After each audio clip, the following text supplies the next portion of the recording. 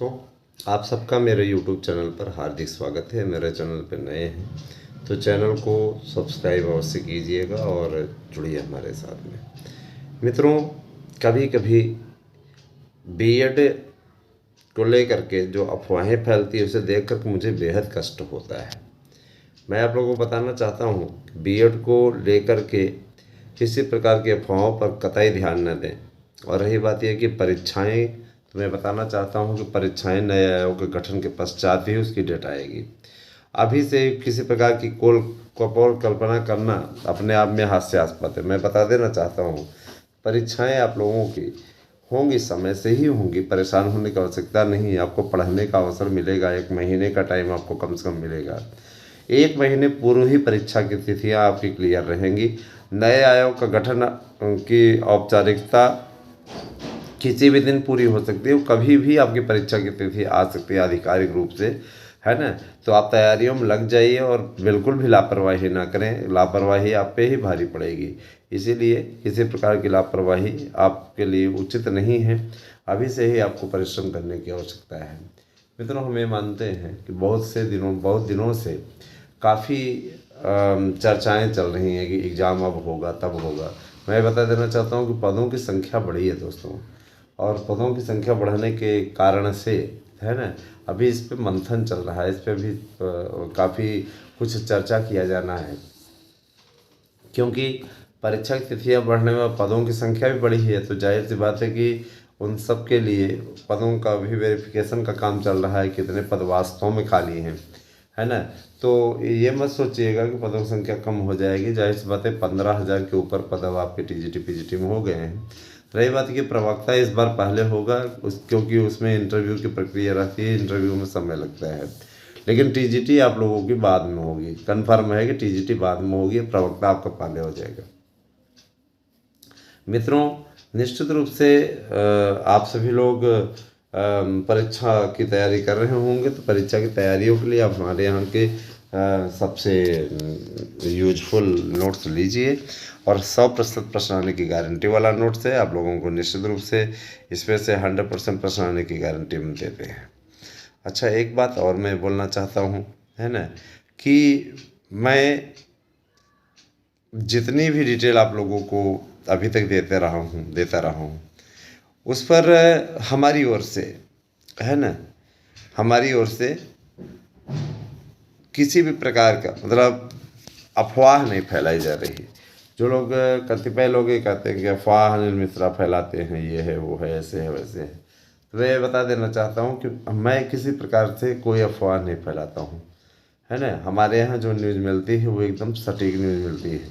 और जाहिर सी बात है कि, है ना, न्यूज़ परफेक्ट है, और इसी के लिए हमारे साथ में जुड़ने वालों की संख्या भी ठीक ठाक स्थिति में है। हमें चाहेंगे कि आप ज़्यादा से ज़्यादा संख्या में जुड़ें और ज़्यादा से ज़्यादा लोगों को जोड़ें।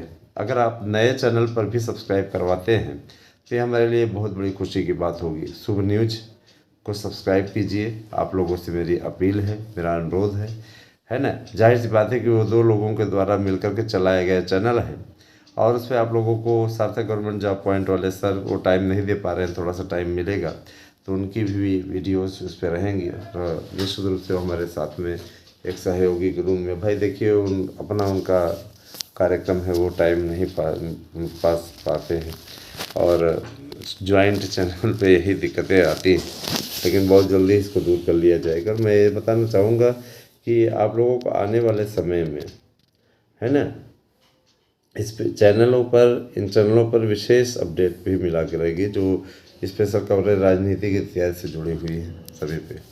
दोस्तों, बीएड की एंट्री को लेकर के एनसीटीई ने केंद्र सरकार को पत्र लेकर कहा है कि आने वाले संसद सत्र में इस पे संशोधन की प्रक्रिया को पूर्ण कर लिया जाए, जिससे कि नया गजट प्रकाशित करके बीएड वालों को सम्मिलित करने पर अंतिम मुहर लगाई जा सके, और बीएड के लिए जो रास्ता सर्वोच्च न्यायालय के उस आदेश के पश्चात आया हुआ था उसे फिर से खोला जा सके। क्योंकि जिस प्रकार से आपत्तिजनक, है ना, जिस तरीके से आपत्तिजनक बातें बीटीसी वालों के द्वारा बीएड वालों के लिए कही गई, उस पर निश्चित रूप से क्लोजर रिपोर्ट लगना बहुत ज़रूरी है।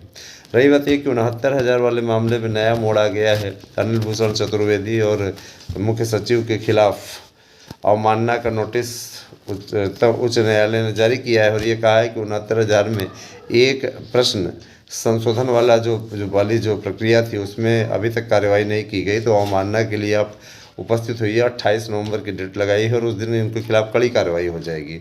तो जाहिर सी बात है कि ये बुरी तरीके से फंसते दिख रहे हैं दोस्तों। ठीक है, आप लोगों को मैं ये बताना चाहता हूँ कि जो लोग राजनीति कर रहे हैं ना इस पर, वो बुरी तरीके से फंसेंगे। ठीक है, और एक बात और कि नई शिक्षक भर्ती के लिए तदर्थ वालों की तरफ से हमारे ऊपर बार बार प्रेशर डाला जा रहा है। हम इस मुद्दे को ना उठाएं, हम बार बार इस मुद्दे को उठाएंगे। तदर्थ हमारी दृष्टि में ही नहीं, उच्चतम न्यायालय की दृष्टि में भी एक अयोग्य शिक्षक है, जबरदस्ती नियुक्त किए गए शिक्षक हैं। ऐसे लोग हैं ये जिन्होंने आम बीएड बेरोजगारों के अधिकारों को मार कर रखा हुआ है। जाहिर सी बात है कि आम प्रतियोगी जिस तरीके से संघर्ष कर रहा है, ये उसका अधिकार है। उस अधिकार को छीनने का कोई भी प्रयास अगर करेगा तो हम उसके विरुद्ध खड़े हो जाएंगे, है ना। हम उसका सपोर्ट नहीं कर सकते, किसी प्रकार से उसका समर्थन नहीं किया जा सकता है। ठीक है, और बहुत कुछ बातें रहती हैं, आपको दिन भर में कोई ना कोई अपडेट हम देते ही रहते हैं, कोई जानकारी आपको देते ही रहते हैं, है ना। तो ये एक जीवन का हिस्सा है और जाहिर सी बात है कि इसमें आप लोगों को जुड़ करके रहना होगा, तभी जा कर के हम आपको अपडेट दे, बहुत से ऐसे अपडेट दे पाएंगे। बहुत से ऐसे लोग हैं जिनको हर चीज़ में कमी ही नज़र आती है, जिनके मन में केवल और केवल कुंठा भरी हुई है, दूसरों के खिलाफ बोल